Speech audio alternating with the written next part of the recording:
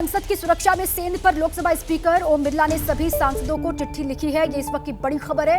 ओम बिरला ने चिट्ठी के जरिए कहा कि सांसदों के निलंबन को 13 दिसंबर की घटना से जोड़ना ठीक नहीं। ये उन्होंने बात कही है। उन्होंने कहा कि पहले भी ऐसी घटनाएं हो चुकी हैं, लेकिन हमने हर घटना के खिलाफ एकजुटता का परिचय दिया है। और उन्होंने ये भी कहा कि हाई पावर्ड कमेटी सुरक्षा को और मजबूत करने के लिए कदम उठा रही है।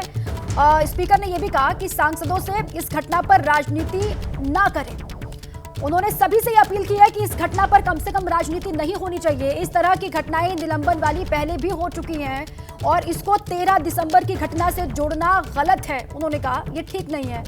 पहले भी ऐसी घटनाएं हो चुकी हैं, लेकिन हमने हर घटना के खिलाफ एकजुटता का परिचय दिया है। इसी पर मेरे सहयोगी नीरज पांडे जुट चुके हैं, उनका रुख कर लेते हैं। नीरज, ये लोकसभा स्पीकर ने सभी सांसदों को चिट्ठी लिखी और इस बात का जिक्र किया कि जो निलंबन वाली कार्रवाई हुई है उसको 13 दिसंबर की जो घटना हुई उससे जोड़ना ठीक नहीं। और क्या कुछ बातें कही गई है?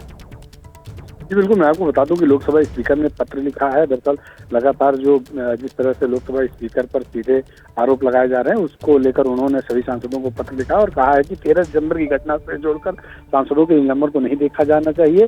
ऐसे पहले भी बहुत सारी घटनाएं हुई, लेकिन पूरी संसद ने एकजुटता दिखाई और सभी सांसदों ने एकजुट होकर ऐसी घटनाओं के लिए ऐसी घटनाओं की निंदा की है। हम लोग सांसदों का निर्णय मुझे दिखा, लेकिन भविष्य में सभी सांसद इस संसद की गरिमा को ऊपर रखेंगे, यही सबसे कामना भी है। इसके अलावा उन्होंने लिखा कि हाई पावर्ड कमेटी संसद परिसर की सुरक्षा व्यवस्था पर काम कर रही है। इसके लिए ठोस कार्य योजना बनाई जा रही है। भविष्य में ऐसी घटना ना हो, इसके लिए सभी सांसद एकजुट रहें। तो एक तरह से ये देखा जाए कि लोकसभा स्पीकर ओम बिरला ने जो पत्र लिखा है उसके पीछे का लबोलबाब यही है कि वो चाहते हैं कि सभी सांसद ऐसे समय पे जबकि संसद में इस तरह की वारदात हुई है, ऐसे में सब लोग एकजुट रहें और सब लोग इस विषय पर बात रखें। चिट्ठी लिखने की आवश्यकता इसलिए क्योंकि विपक्ष लगातार ये बात कह भी रहा है कि प्रताप सिम्हा जिसने साइन किए पास पर, उन पर तो एक्शन हुआ नहीं, जिन्होंने आवाज उठाई उनको निलंबित कर दिया गया।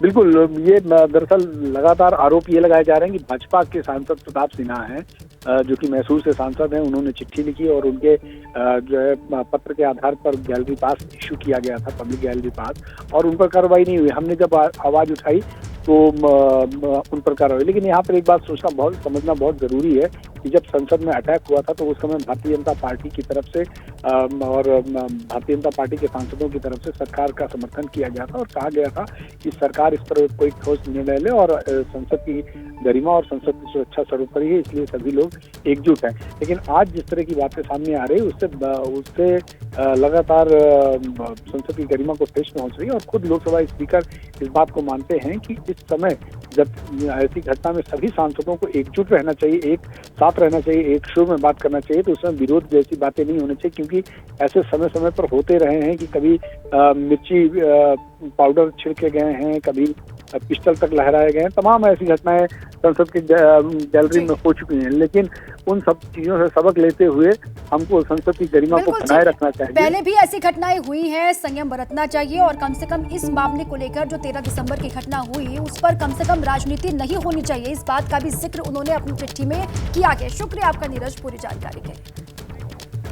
जैसे ही घड़ी का काटा दोपहर 2:30 पे आए, बबीता जी का दिल सास बहू साजिश के लिए मचल जाए। और ये है इनकी बहू, पूरे दिन ऑफिस की टेंशन हो जाए गॉन जब ये करें अपना फेवरेट शो फ्री टाइम पे ऑन। इनकी तरह आप भी देखिए अपना फेवरेट शो अपने टाइम पर और डाउनलोड कीजिए एबीपी लाइव ऐप अपने स्मार्ट टीवी पर।